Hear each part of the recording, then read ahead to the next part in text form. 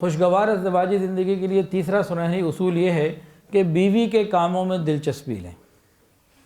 گھر کے کام ہیں، بچوں کے کام ہیں، رشتہ داروں کے کام ہیں، بہت سارے کام ہیں، اس میں آپ دلچسپی لے رہے ہوتے ہیں۔ جو بیوی کے ذاتی اپنی ذات کے کام ہوتے ہیں ان میں دلچسپی لیں۔ ان میں اکثر لوگ فکر نہیں کرتے، غفلت کرتے، کر کے آپ ہی نے دینے ہیں یا پیسے آپ ہی کے جانے ہیں، یا آپ ہی نے کر کے دینے ہیں، یا اس نے اگر خود کیے یا کسی سے کروائے تو پیسے تو آپ ہی کے گئے نا۔ تو الٹیمیٹلی بجٹ تو آپ ہی کا ہی جانا ہے، جیب تو آپ ہی کی متاثر ہونی ہے۔ اگر ان کاموں کو آپ خود کر دیں گے تو کیا ہوگا؟ پیسے کم لگے ہیں زیادہ، پیسے کی یہاں بات نہیں ہو رہی ہے، اس کا دل آپ کا ہو جائے گا کہ جی یہ میرے کاموں میں توجہ دیتا ہے، میری چیز کی فکر کرتا ہے، میری فکر کرتا ہے۔ جب اس کے دل میں یہ بات پیدا ہو جائے گی نا کہ خاوند کو میرے کاموں سے، میری چیزوں سے دلچسپی ہے، تو وہ اور زیادہ لائلٹی کے ساتھ، وفاداری کے ساتھ اور زیادہ محنت کے ساتھ آپ ہی کے گھر کو اور چیزوں کو آباد رکھیں گے۔ یہ بہت بڑی نفسیات ہیں ان باتوں کے اندر۔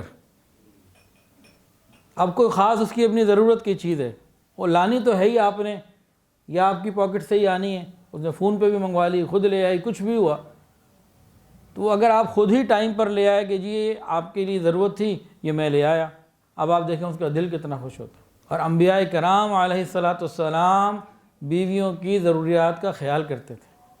قرآن مجید کا ایک اصول ہے، قرآن مجید غیر ضروری باتوں پہ زیادہ ڈیٹیل جاتا ہی نہیں، جو ضرورت کی بات ہوتی ہے اتنی ہی بات کرتا ہے، غیر ضروری بات پہ توجہ ہی نہیں ہوتی۔ جو بات ہوتی ہے بہت پوائنٹ کی بات ہوتی ہے۔ حضرت موسیٰ علیہ السلام کے واقعے میں کیا اللہ پاک نے فرمایا کہ وہ اپنی گھر والوں کے لیے آگ لینے گئے تھے،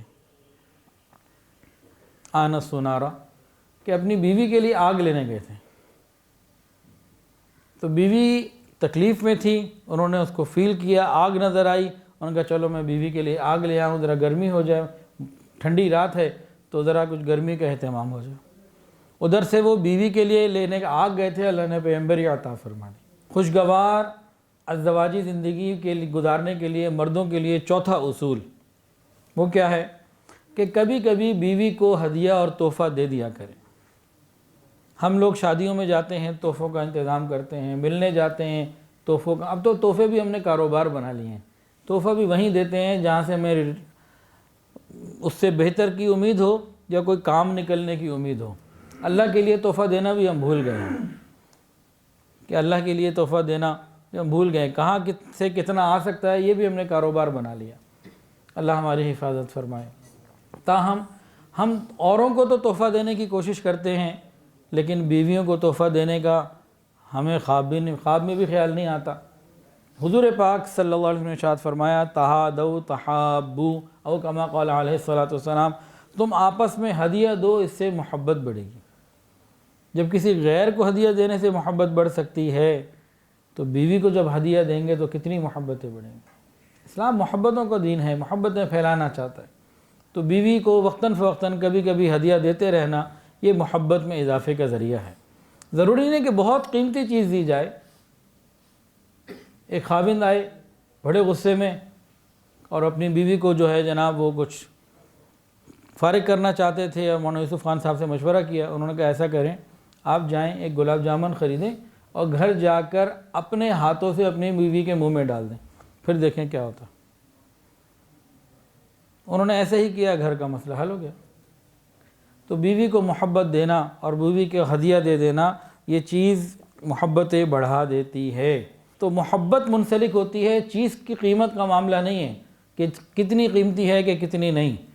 جو محبت اس کے ساتھ منسلک ہوتی ہے اس چیز کی قیمت کو بہت بڑھا دیا کرتی ہے۔ اور اسی کے اندر ایک اور بات بھی ہے، حدیث سنیے، نبی علیہ السلام نے ارشاد فرمایا اپنی بیوی کے اوپر خرچ کرنا یہ صدقہ کرنے کا ثواب ہے۔ بیوی بھی اپنی، مال بھی گھر میں رہا اور صدقے کا ثواب بھی مل گیا، یہ بہترین صدقہ ہے۔ اچھا اگر انسان گھر میں محبت نہ دے، تحفے نہ دے، رف اینڈ ٹف بن کے رہے تو کیا ہوتا ہے؟ جھگڑے ہوتے ہیں۔ جھگڑوں سے کیا ہوتا ہے؟ غور کیجئے، نبی علیہ السلام کو اللہ رب العزت نے لیلۃ القدر کا علم عطا کر دیا تھا، کون سی رات ہے؟ آپ امت کو بتانے کے لیے نکلے تھے کہ یہ فلاں رات ہے جو مجھے علم دے دیا گیا. تو دو لوگ کہیں آپس میں لڑ رہے تھے، بحث مباحثہ ہو رہا تھا. آقا علیہ السلام نے ارشاد فرمایا کہ ان کے لڑنے جھگڑنے کی وجہ سے مجھ سے وہ علم بھلا دیا گیا. اتنی بڑی خیر سے امت جھگڑے سے کی وجہ سے محروم ہو گئی. تو جس گھر میں صبح شام جھگڑے ہوں، کتنی خیروں سے وہ محروم ہوگا، کتنی برکتوں سے وہ محروم ہوگا. اور جہاں جھگڑا ہی نہ ہو کتنی برکتیں ہوں گی. خوشگوار ازدواجی زندگی کے لیے مردوں کے لیے 5واں سنہرا اصول وہ کیا؟ بیوی کے ساتھ محبت کا اظہار کریں. اظہار محبت بڑا ضروری ہے، عمر چاہے کوئی بھی ہو. 2 میٹھے بول دینے سے بیوی کا دل ٹھنڈا ہو جاتا.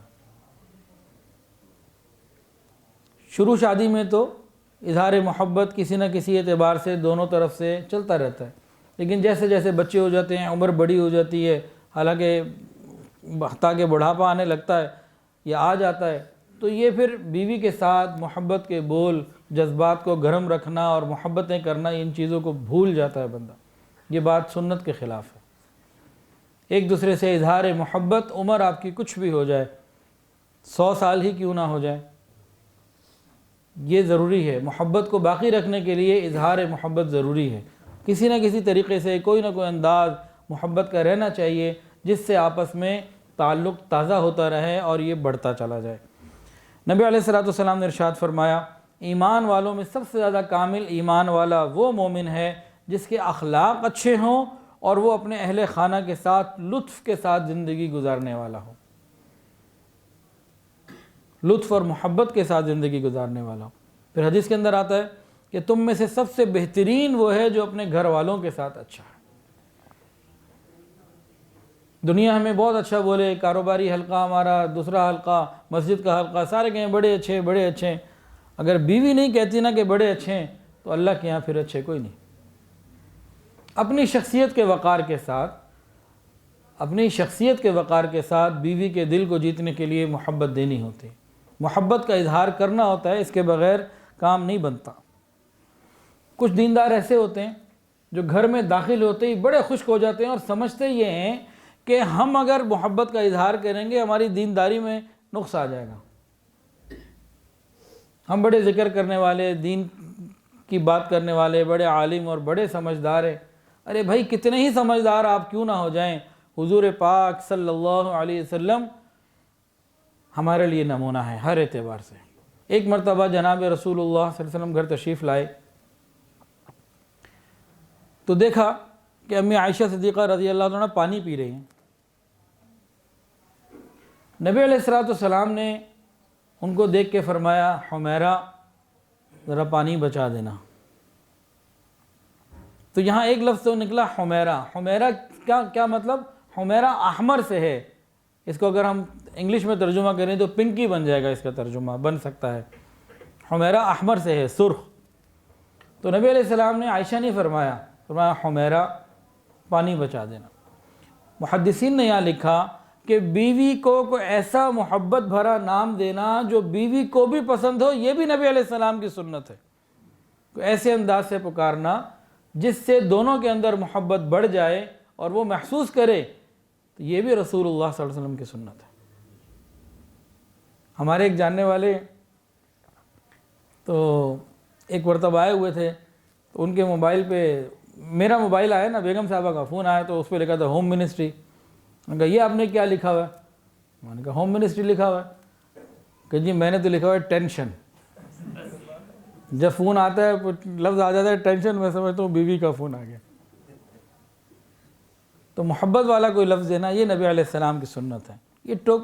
یہ ٹوکن آف لو ہے، محبت کا پیغام پہنچ رہا ہے. تو حضور پاک صلی اللہ علیہ وسلم نے امی عائشہ کو کیا فرمایا؟ حمیرہ. محدثین نے یہاں سے یہ نقطہ لکھا، بیوی کا ایسا محبت بھرا نام رکھنا جو اسے بھی پسند ہو، یہ رسول اللہ کی سنت ہے. اگر ہم ان سنتوں کو پورا کریں گے گھر کس کا آباد ہوگا؟ بچوں کی صحیح تربیت کن کے بچوں کی ہوگی؟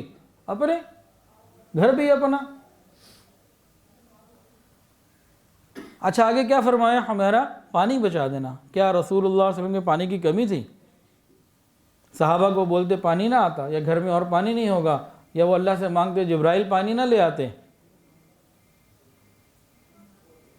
پانی کی کمی کی بات نہیں تھی. اور پھر نبی علیہ السلام نبی ہیں، وہ امتی ہیں، آپ خاوند ہیں، وہ بیوی ہیں،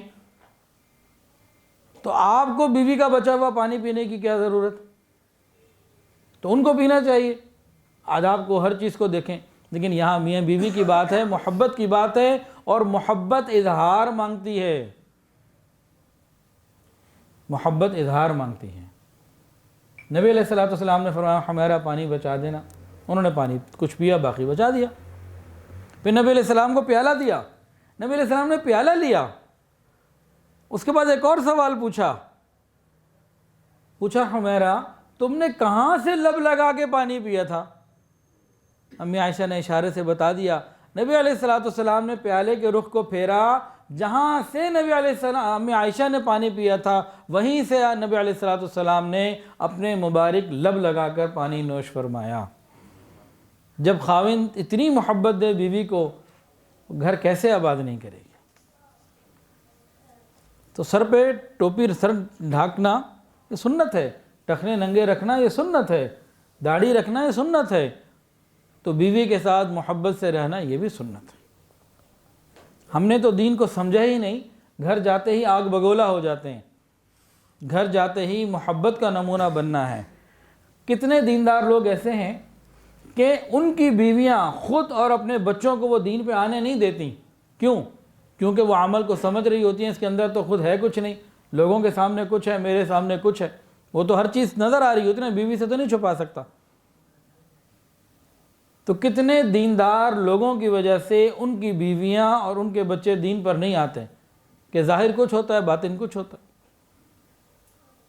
کہ جی ہم نے دیکھ لیے بڑے دیندار، اگر یہ دین ہے اور دین کے بعد اسی طرح گھر میں عذاب اور مصیبت ہے، چمچہ ایسا کیوں آ گیا، گرم کیوں نہیں آیا، نمک کیوں کم ہو گیا، نمک کیوں زیادہ ہو گیا، ہر چھوٹی بات کے اوپر لڑائی ہونی ہے، تو ایسی دینداری کو صرف 7 سلام۔ تو کتنے دیندار لوگوں کی وجہ سے ان کی نسلوں، ان کے غلط رویے کی وجہ سے ان کی نسلوں میں دین نہیں آتا۔ اور غور کیجئے اس بات کو، اللہ کے محبوب صلی اللہ علیہ وسلم گھر میں اتنی محبت سے رہتے تھے کہ امی عائشہ کے بارے میں فرمایا میری عائشہ تو آدھا دین ہے، میری عائشہ تو آدھا دین ہے۔ یہ چھوٹا جملہ نہیں ہے، میری عائشہ تو آدھا دین ہے۔ اور ہماری بیویاں ہماری سختیوں کی وجہ سے دین سے دور ہو جاتی ہیں، کہ اگر یہ دیندار ہیں، ایسے دیندار ہوتے ہیں تو پھر ہمیں کیا ضرورت ہے؟ کتنی عورتیں ایسی ہیں ہمارے معاشرے میں جو اپنے خاوند کے سخت اور برے رویے کی وجہ سے دین سے بیدار ہوتی ہیں، چاہتی ہیں دین، جنت بھی چاہتی ہیں، لیکن کہتی ہیں اگر یہ دیندار ہیں تو ٹھیک ہے، پھر ہم ایسے ہی بھلے۔ تو دین تو محبتوں کا پیغام دیتا ہے، اور گھر سے ہی شروع ہوگا یہ معاملہ۔ تو مرد اس کو اپنی کمزوری نہ سمجھے، یہ نبی کی سنت ہے، اور اپنی عظمت سمجھے کہ میں محبت کا اظہار کروں گا، میں خود دین پر چلوں گا، گھر میں دین زندہ ہوگا، نبی کی سنتیں زندہ ہوں گی۔ اب کچھ لوگ اس لیے سختی کرتے ہیں کہ جی محبت دی تو سر پہ نہ چڑھ جائے۔ بھئی جب دین ہوگا تو وہ بیوی کے لیے بھی دین ہوگا، اور وہاں اس کو معلوم ہوگا الرجال قوامون علی النساء۔ جب دین کے اوپر ہر طرف سے عمل ہوگا تو پھر زندگی کے اندر یہ باتیں نہیں آئیں گی کہ سر چڑھ جائے، یہ جہالت والی باتیں ہیں، سنت سے ان باتوں کا کوئی تعلق نہیں ہے۔